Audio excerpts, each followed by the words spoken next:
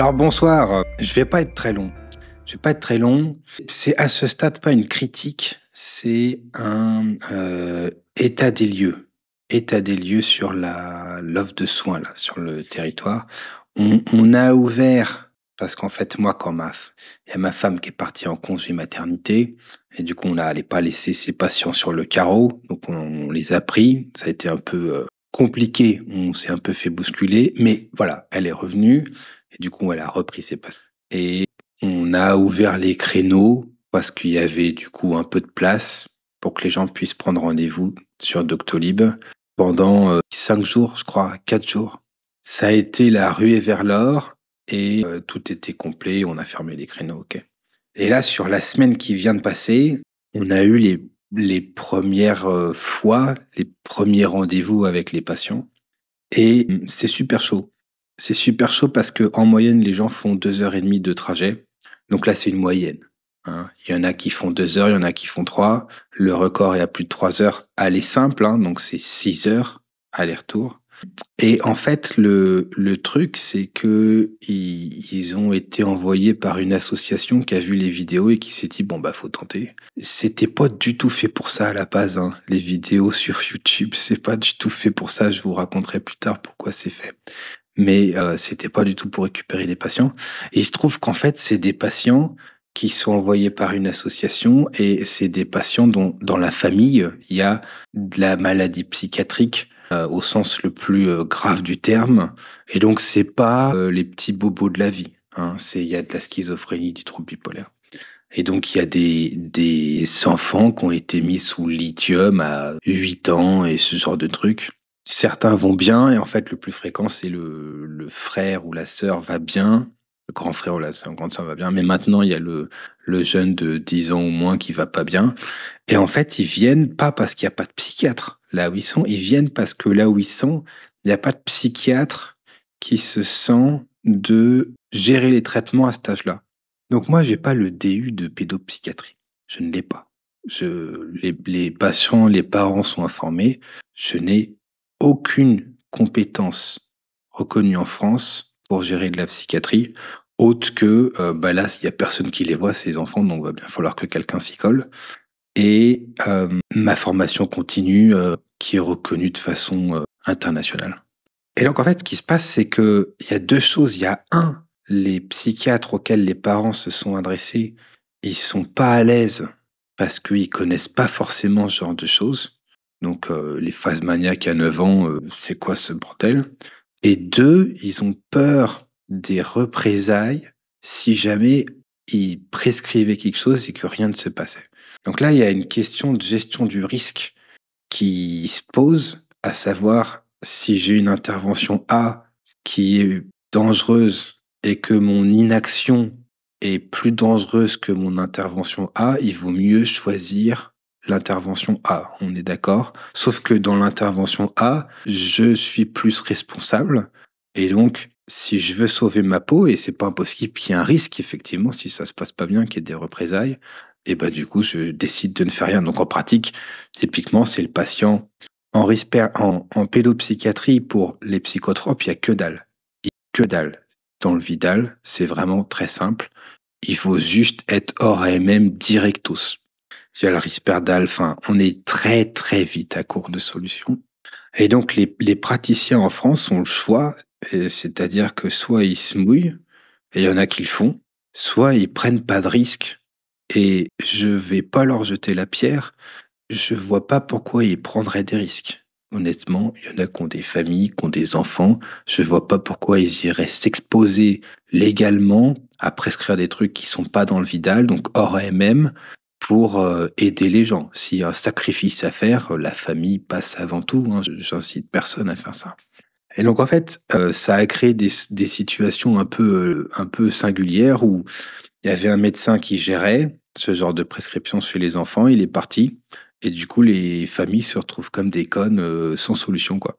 Donc c'est des désastres, hein. C'est désastreux. C'est des patients que j'ai vus là qui ont un IMC à 40, qui sont plus scolarisés. C'est une catastrophe. Je veux dire, c'est vraiment catastrophique. Mais il n'y a pas grand-chose de possible.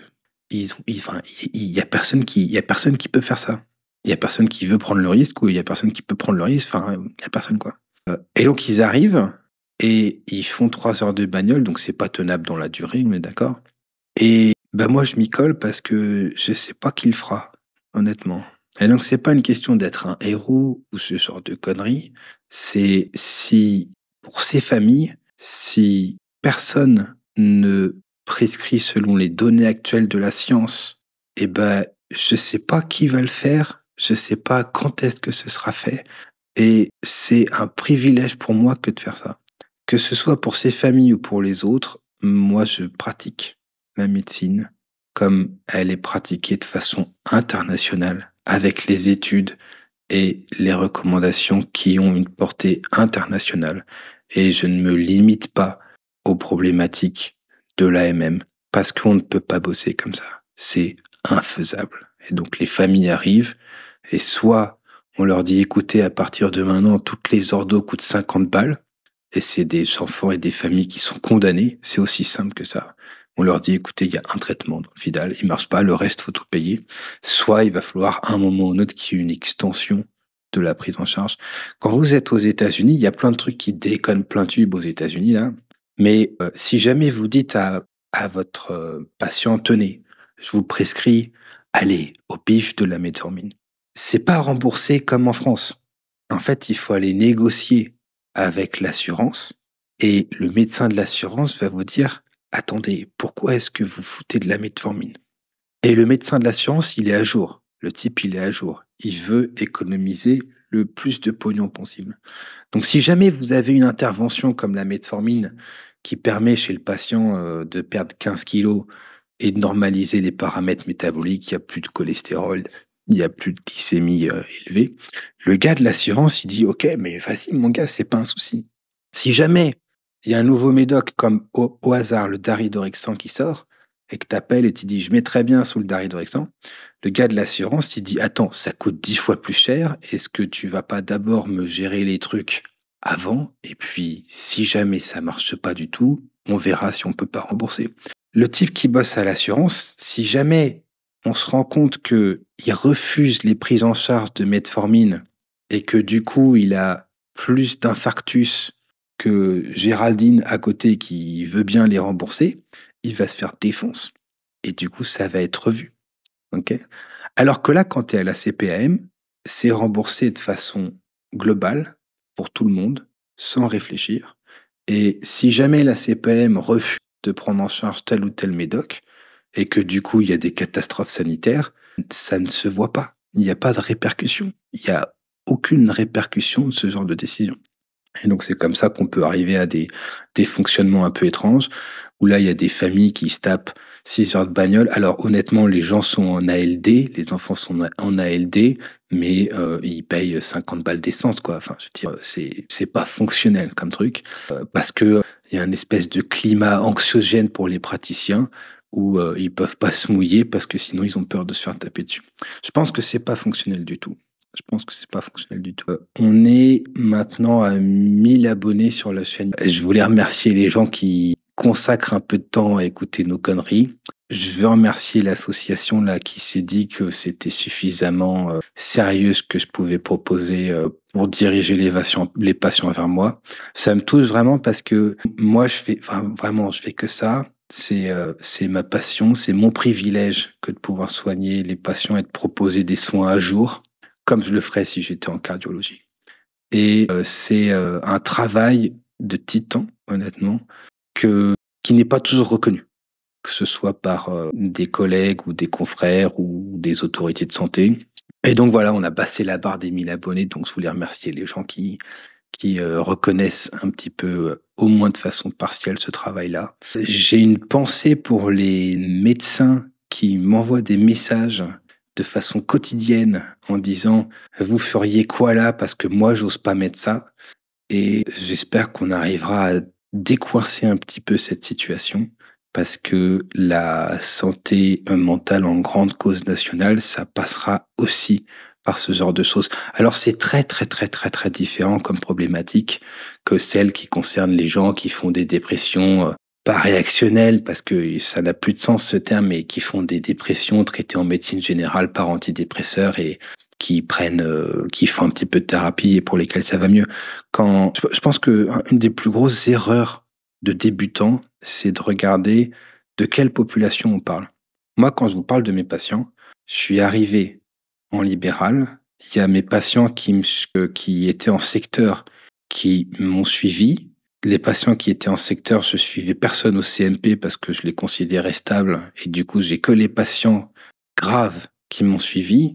Quand je suis arrivé, il y avait un médecin qui est parti et un autre médecin qui est parti. Et du coup, tous les patients pas graves, on les a refilés au médecin traitant et on a refait la manip avec les patients de ma femme. Donc, on a des patients résistants. On a des patients où le médecin traitant a vu l'ordonnance et il a dit « Wow, je touche pas du tout à ça ». Et donc, quand moi je vous parle de mes patients, ça n'a rien à voir avec quelqu'un qui suit des patients qui sont dans le 7e. C'est pas qu'ils sont plus intéressants ou moins machin, c'est qu'ils sont différents et c'est une erreur monumentale que de penser qu'on va pouvoir avoir les mêmes considérations et les mêmes prises en charge. Et encore une fois, mes patients, ils sont tous hors MM. Mais quand je les ai vus la première fois au cabinet, ils avaient une ordonnance hors MM. C'est comme ça. Il n'y a pas 36 solutions, c'est comme ça. Et donc, à partir de là, je pense qu'il faut pouvoir adapter les prises en charge en fonction de la gravité de la situation, parce que sinon, on fait des trucs qui n'ont absolument aucun sens, quoi. Donc, par exemple, l'activité physique permet d'aller mieux dans la dépression, mais ça, c'est pas pour les dépressions sévères. Il y a personne au monde qui a lu cet article et qui s'est dit « Ok, mes patients dépressifs sévères, je vais leur demander de faire du tai chi ». Il y en a qui sortent pas du lit. Quand vous êtes dépressif, métaboliquement visible et que vous avez vos cellules complètement à plat, le fait de faire du sport peut aider, il n'y a aucun doute. Mais les gens qui vont réussir à se mettre en route et à mettre cette intervention en place sont des gens qui ont un type de dépression qui est pas particulièrement grave, ou alors qui se différencie en tout cas énormément des problématiques dépressives qui posent problème. Quand vous regardez la schizophrénie, la majorité des soins et des dépenses de santé, c'est la schizophrénie, les patients atteints de schizophrénie résistante. Quand vous regardez les troubles maniaco-dépressifs, la majorité des dépenses de santé, c'est les troubles résistants. Donc quand vous avez des recommandations et des utilisations qui sont basées sur des gens qui sont sélectionnés dans les études pour des trucs léger et que vous basez tout votre algorithme décisionnel, votre remboursement de soins, etc. sur ces gens-là, vous avez une catastrophe économique qui se prépare et une catastrophe de prise en charge. Donc, j'abrège. Merci à ceux qui suivent. Il y en a qui sont inscrits sur YouTube et qui ne sont pas inscrits sur le Substack.